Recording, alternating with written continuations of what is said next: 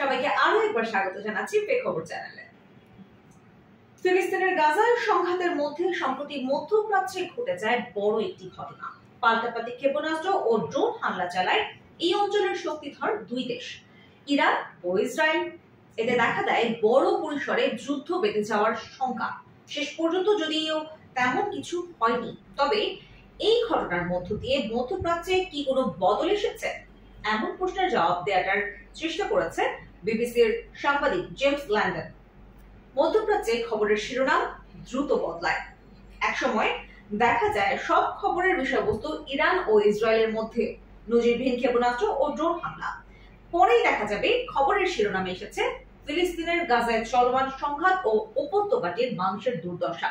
তবে নীতি নির্ধারক, বিশ্লেষক ও সামরিক নেতাদের মনোযোগ এখনো পুরনো দুই শত্রু ইরান ও ইসরায়েলের মধ্যে মাত্র কয়েকদিন আগে ঘটে যাওয়া পাল্টাপাল্টি হামলা নিয়ে।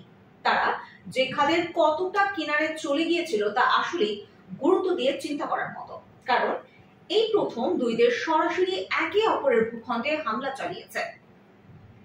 বিশ্লেষকদের অনেকে বলছেন ক্ষেপণাস্ত্র ও ড্রোন দিয়ে সম্মিলিতভাবে ইরানের চালানো সবচেয়ে বড় হামলা ছিল এটি। এমনকি রাশিয়া ও ইউক্রেনের বিরুদ্ধে একসঙ্গে এত সমরাস্ত্র ব্যবহার করেনি।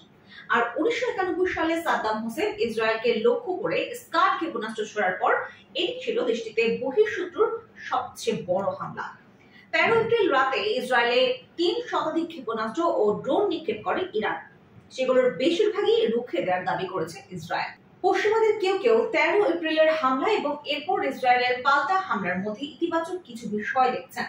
তাদের ভাষ্য মতে ইরানের হামলা ঠেকাতে পারাটা ছিল সবচেয়ে বড় গোয়েন্দা সাফল্য। এটি ইসরায়েলের প্রতিরক্ষায় মিত্র দেশগুলোর সম্মিলিত সহযোগিতার এক চমৎকার উদাহরণ। এছাড়া ইরান ও ইসরায়েল এই দুই দেশে শিখেছে কিভাবে উত্তেজনা কমিয়ে আনতে হয়। প্রথমে গোয়েন্দা সফলতার বিষয়টি নিয়ে কথা বলা যাক। রোববার ভোর রাতে ওই হামলার আগে বুধবার সকালে ইরানের পরিকল্পনা সম্পর্কে জানতে পেরেছিল যুক্তরাষ্ট্র। আর গুরুত্বপূর্ণ বিষয়টি ছিল পরিকল্পনা জানতে পারার কারণেই ইসরায়েলের প্রতিরক্ষায় উপসাগরীয় অঞ্চলের কয়েকটি দেশকে এগিয়ে আসতে রাজি করাতে পেরেছিল মার্কিন সরকার। 13 এপ্রিল রাতে ইসরায়েলের প্রতিরক্ষায় এগিয়ে আসা উপসাগরীয় দেশগুলোর মধ্যে ছিল সৌদি আরব ও জর্ডান। তবে সেদিন তাদের ভূমিকা কি ছিল তা এখনো পুরোপুরি পরিষ্কার নয়। জর্ডান এটি স্বীকার করেছে নিজেদের সার্বভৌমত্ব রক্ষায় ইরানের ড্রোন ধ্বংস করেছে তারা। এটাও বোঝা গেছে যে নিজেদের আকাশ সীমায় ইসরায়েলের যুদ্ধ বিমান প্রবেশের অনুমতি দিয়েছে তারা। আর সৌদি আরবের ক্ষেত্রে মনে হচ্ছে দেশটি যুক্তরাষ্ট্রকে ইরানের হামলার বিষয়ে তথ্য দিয়েছিল। পাশাপাশি ইয়েমেন থেকে ইরানপন্থী সশস্ত্র গোষ্ঠীগুলোর হুমকির দিকে নজর রেখেছিল। মোদ্দা কথা, সম্মিলিত এই প্রচেষ্টা কাজে লেগেছিল। যুক্তরাষ্ট্র, যুক্তরাজ্য, ফ্রান্স, জর্ডান ও সৌদি আরবের সামরিক বাহিনী এটা দেখিয়েছে আকাশ প্রতিরক্ষায় তারা সম্মিলিতভাবে কাজ করতে পারে। নিরাপত্তা সংক্রান্ত একটি সূত্র বলছে এটা ছিল একটা সফল কৌশলগত অভিযান। গোয়েন্দারা সঠিক তথ্য হাতে পেয়েছিলেন। পুরো এলাকার উপর নজর রাখা হয়েছিল। একসঙ্গে তারা কাজ করেছিল। বিশ্বের অন্য দেশের জোট এটা করতে পারে না। অনেকে বলছেন এর মধ্য দিয়ে ইরানের বিরুদ্ধে নতুন একটি আঞ্চলিক জোটের সূচনা হতে পারে। তবে অনেক বিশ্লেষকের কাছে এটা মনে হয়েছে বৃহৎ রাজনৈতিক চিত্রপট এড়িয়ে শুধু প্রযুক্তিগত সফলতা উদযাপন করা হচ্ছে।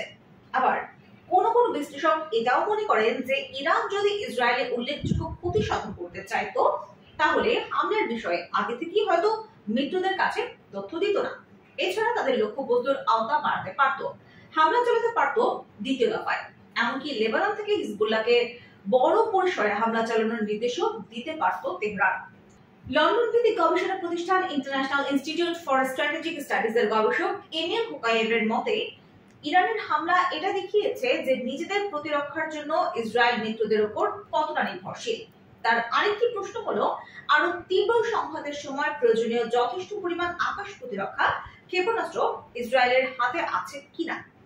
ইরান ইসরায়েল পাল্টাপাল্টি হামলার মধ্য দিয়ে নতুন আঞ্চলিক সামরিক জোটের সূচনা হয়েছে এমন ধারণা উড়িয়ে দিয়েছেন এমিল হুকায়েভ। তিনি বলেন আরব দেশগুলো সহযোগিতা করেছে কারণ তারা আঞ্চলিক কোনো সংঘাত চায়নি। তারা এটাও দেখাতে চেয়েছে যে তারা পশ্চিমা মিত্রদের ভালো সহযোগী, আর এটা আরব দেশগুলোর নিজেদের সার্বভৌমত্ব রক্ষার বিষয়ও। বিশ্লেষকদের অনেকে এটাও মনে করছেন সাম্প্রতিক অভিজ্ঞতা থেকে ইরান ও ইসরায়েল শিক্ষা পেয়েছে। তারা বুঝতে পেরেছে নিজেদের মুখ রক্ষা করেই তারা সংঘাত কমাতে পারবে। ইরান হয়তো হামলা চালিয়েছে, তবে তারা বিষয়টি সম্পর্কে মৃত্যুদের আগেই জানিয়ে দিয়েছে। আর ইসরায়েলও ইরানের আকাশ প্রতিরক্ষা ব্যবস্থা লক্ষ্য করে স্বল্প পরিসরে পাল্টা হামলা চালিয়েছে। তবে এর মধ্য দিয়ে তারা ইঙ্গিত দিয়েছে ইরানের যে কোনো জায়গায় যখন খুশি তখন তারা বড় হামলা চালাতে সক্ষম। যুক্তরাষ্ট্রভিত্তিক গবেষণা প্রতিষ্ঠান institute for the study of our বলছে, ইসরায়েলের আকাশ প্রতিরক্ষা ব্যবস্থার সক্ষমতা ও দুর্বলতাগুলো ইরানকে বুঝতে সহায়তা করেছে এই হামলা। আর ইরানের কৌশল সম্পর্কে বড় ধারণা পেয়েছে ইসরায়েল ও যুক্তরাষ্ট্র। ইরান ও ইসরায়েল নিজেদের মধ্যে বোঝাপড়ার একটা শিক্ষা পেয়েছে, এমন ধারণা মানতে নারাজ গবেষক এমিল কোয়েন। তার মতে, সিরিয়ার রাজধানী দামেস্কে ইরানি কনসুলেটে হামলা চালিয়ে ইরানি রেভলিউশনারি গার্ড কোরের শীর্ষ কমান্ডারকে হত্যার ফল কি হতে পারে তা বুঝতে ব্যর্থ হয়েছিল ইসরায়েল। তিনি বলেন, এই দুই দেশ একে অপরের সঙ্গে কথা বলে না। এর বিপরীতে তারা সামরিক তৎপরতা এবং তৃতীয় পক্ষের মাধ্যমে ইঙ্গিত দেয়। বিষয়টি দ্রুতই খারাপের দিকে মোড় নিতে পারে।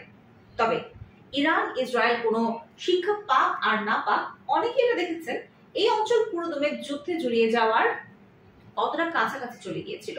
পশ্চিমা একজন কূটনীতিক বলেছিলেন, যুদ্ধে না জড়িয়ে যাওয়াটা বড় স্বস্তির বিষয় ছিল, অনেক ভিন্ন কিছু করতে পারত।